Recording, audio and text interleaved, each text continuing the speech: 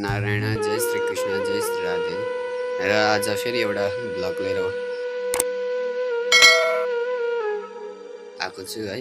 र आजको चाहिँ बेसी ठुलो बनाउँदिनँ किनभने तपाईँहरूले हेर्नु त हुँदैन हैन, छोटो छोटो बनाउँछु। र म चाहिँ जाँदैछु अब खोला, बाल्टी बोकेर जाँदैछु हो साथी हो। म चाहिँ खोला आइपुगेँ है। खोला किन आएको भन्नुहुन्छ भने चाहिँ स्कुटी धुनु थियो नि त, अनि यहीँ नजिकै खोला छ, त्यही भएर हो।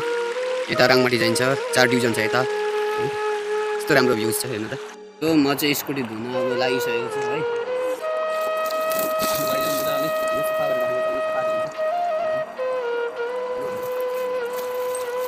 अब चाहिँ पानीले सफा गरिसके हो। अब चाहिँ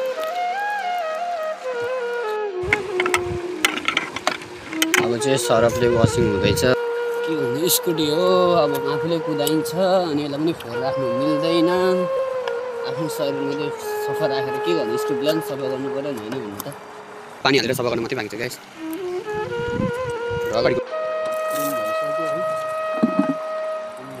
साथीहरू मैले चाहिँ स्कुटी पनि धोइसकेँ है।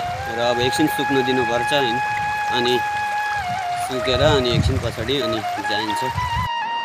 साथीहरू फाइनली म चाहिँ स्कुटी स्टार्ट गर्छु है। 1 मिनेट जस्तो यसरी राख्दिनु पर्छ, 1 मिनेट।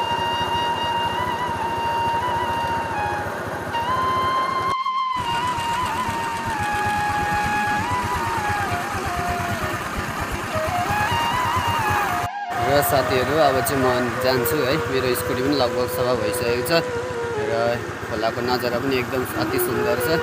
र आजलाई यति नै, फेरि अर्को अपडेट पनि हजुरहरूलाई दिनेछु। राधे राधे, जय श्री नारायण।